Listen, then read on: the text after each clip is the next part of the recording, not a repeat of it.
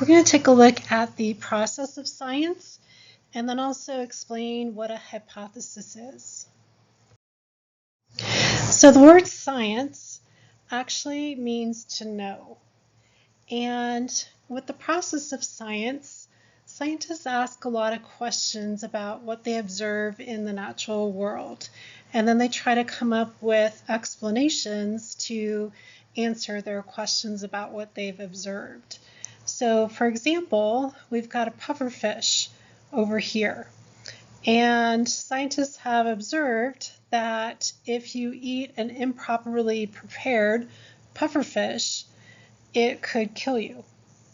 So doing scientific experiments, they discovered that pufferfish have a toxin called tetrodotoxin. And that can actually paralyze you because it affects our nerves. And then that can paralyze your diaphragm and you stop breathing and then you suffocate and die, which would be a pretty horrible way to die. So scientists then wondered, well, where is the tetrodotoxin coming from? Where is that poison coming from? Is the pufferfish actually making it? And they did more experiments and figured out that that poison is actually coming from bacteria that live in the gut of the pufferfish. And those bacteria are coming from the food that the pufferfish actually eats. And the bacteria produce the toxins, and then that goes through the body of the pufferfish, gets into particular organs like the liver and the gonads. And if you don't properly remove those organs, then that would kill you if you eat an improperly prepared pufferfish.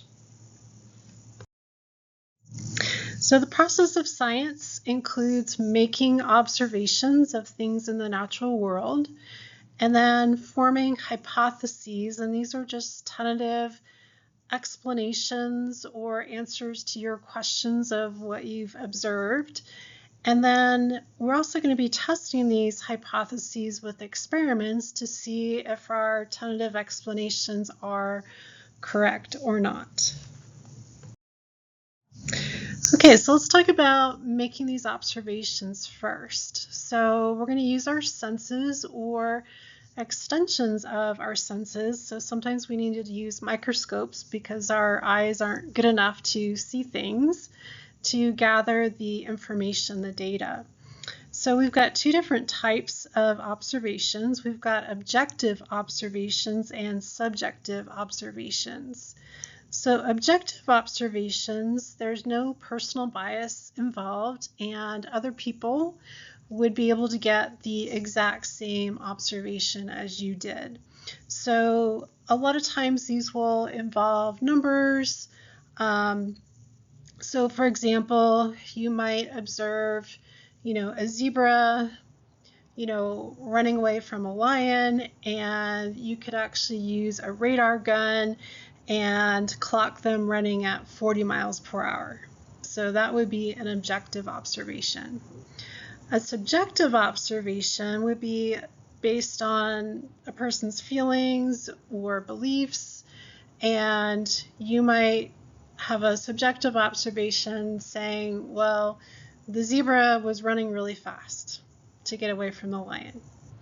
So that's pretty subjective because, really fast to one person, is pretty subjective, and, what would another person rate the speed of the zebra?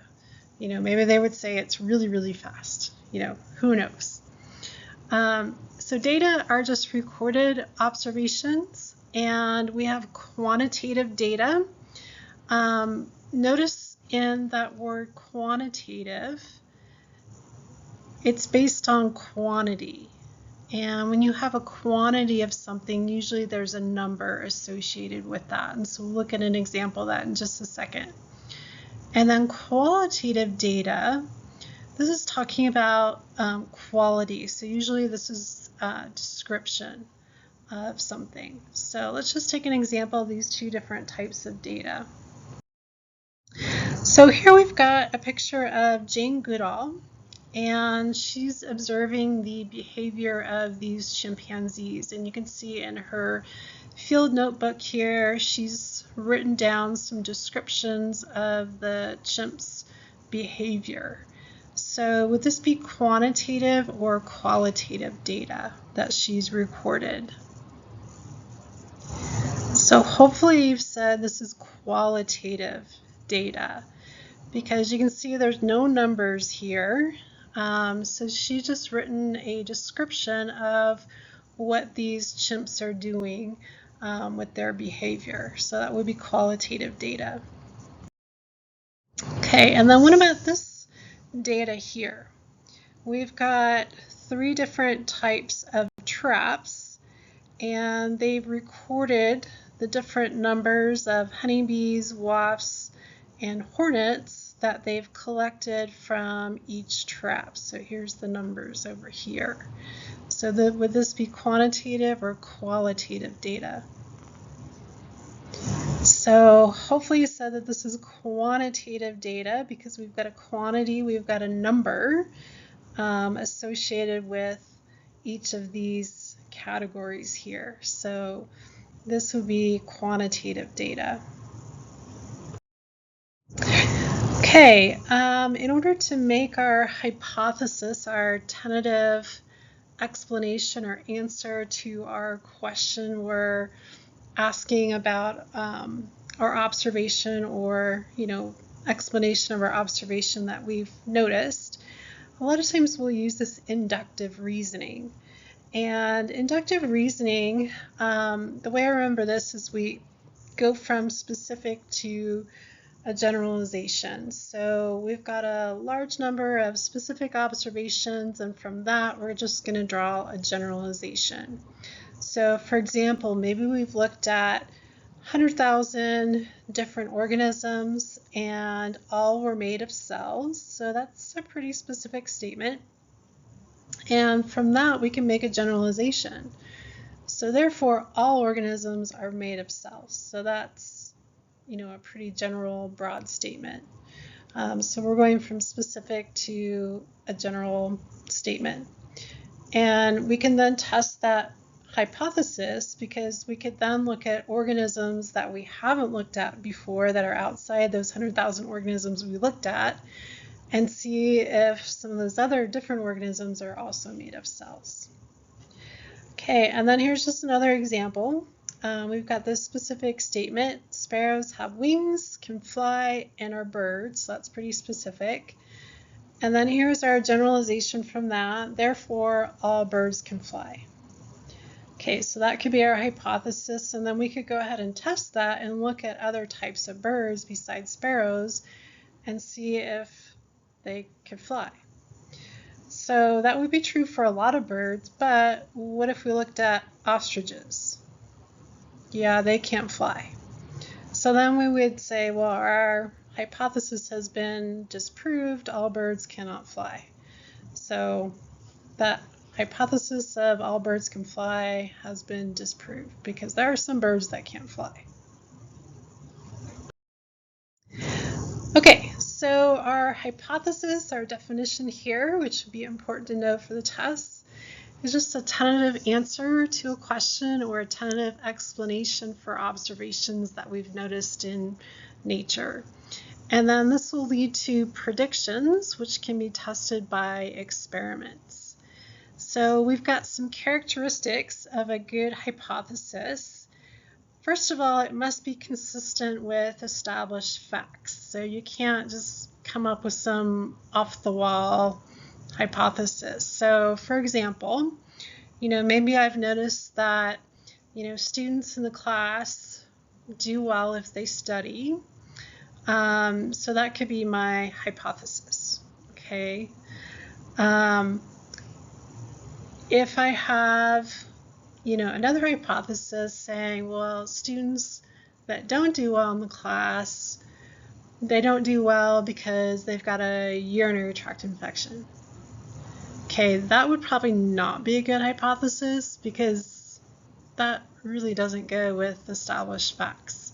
A better hypothesis would be students don't do well in the class because they don't study.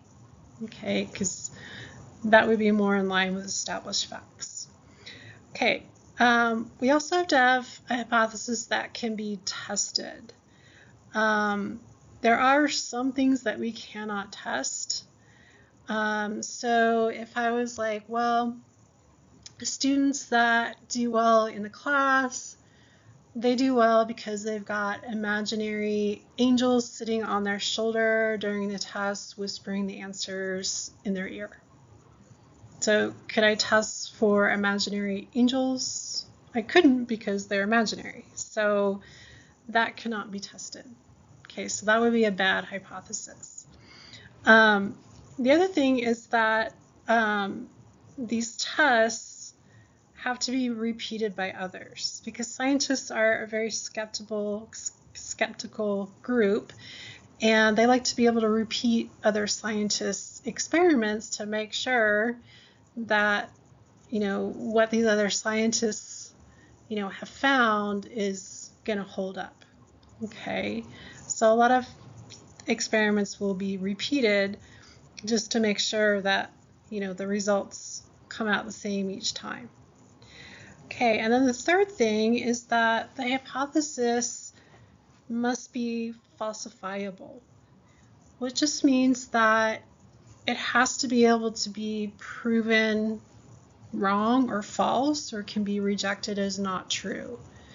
So, like my hypothesis that you've got angels sitting on your shoulder whispering you the right answer, I can't reject that as not true. I can't prove that wrong because I can't test for it. So that would be unfalsifiable.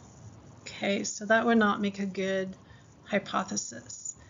But if my hypothesis was, well, students don't do well in the class because they don't study, I could very well test that and look at, how much time people are studying, and then correlate that with the, look at their grades and see if that's true or not. Okay, because maybe it's not true. Maybe not studying, maybe you do better in the class, but that's actually not true. Okay. Okay, and then just another way of thinking is this deductive reasoning.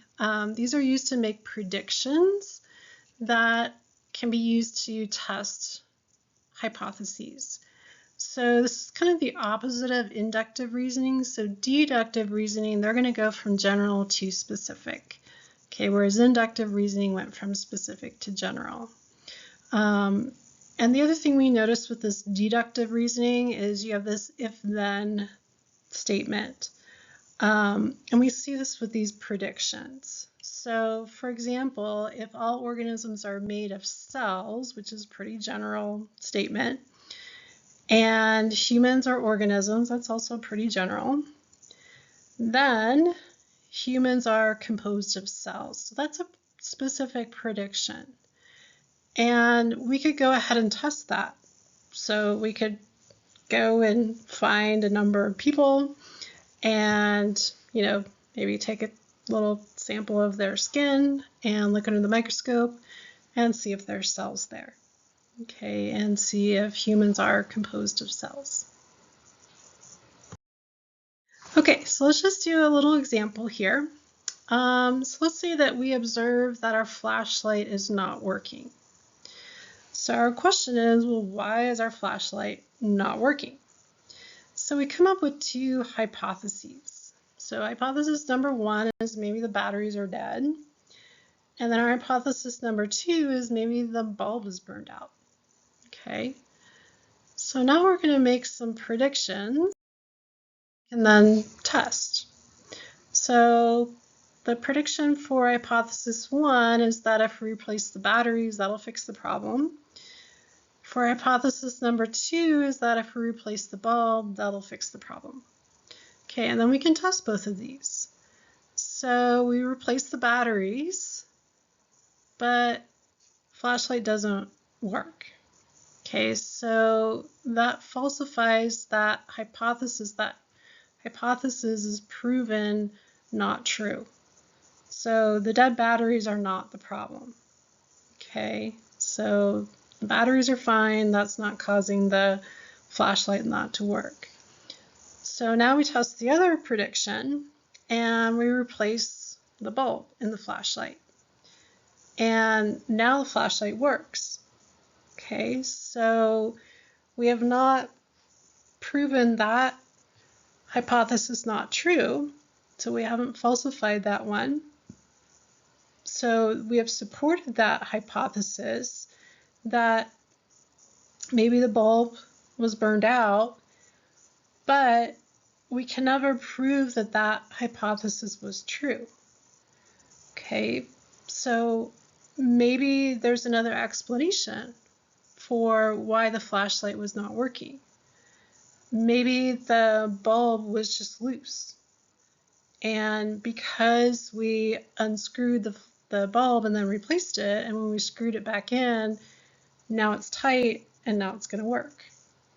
Okay, so we did support this hypothesis, number 2, that the bulb was burned out, but we can never prove that that's true because maybe it was just the bulb was loose. Okay, so that can sometimes be a little frustrating with science because we're never 100% sure, and then, we're never 100% saying that we've proved this because there's always alternate explanations for things. But we can always support a hypothesis and say, well, this is what we think is going on, and this is likely, but you can never say this is 100%, what's going on.